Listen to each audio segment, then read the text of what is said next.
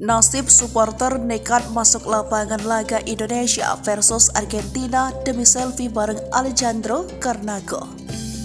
Viral aksi nekat seorang supporter Indonesia masuk ke lapangan usai laga timnas versus Argentina semalam, Senin 19 Juni 2023. Pemuda tersebut mengenakan jersey Argentina berlari ke lapangan menemui pemain muda Manchester United Alejandro Garnacho. Aksi nekatnya mengejutkan petugas PSSI. Pasalnya secara lincah dan gesit, pemuda berkulit putih tersebut lari ke tengah lapangan. Dalam video dilansir tribunnews.bogor.com dari akun TikTok @dragon324, terlihat pemuda tersebut berlari dari arah tribun selatan Gelora Bung Karno.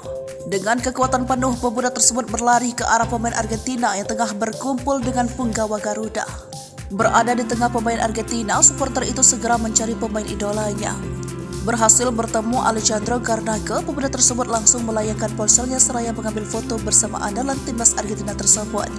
Selang 5 detik kemudian, petugas PSSI langsung menyergap sang pemuda. Ia pun digiring menuju keluar lapangan. Terlihat petugas keamanan PSSI tertawa sambil menggambarkan pemuda energik tersebut. Aksi sang pemuda tersebut belakangan viral dan jadi perbincangan. Publik dibuat khawatir dengan nasib pemuda tersebut.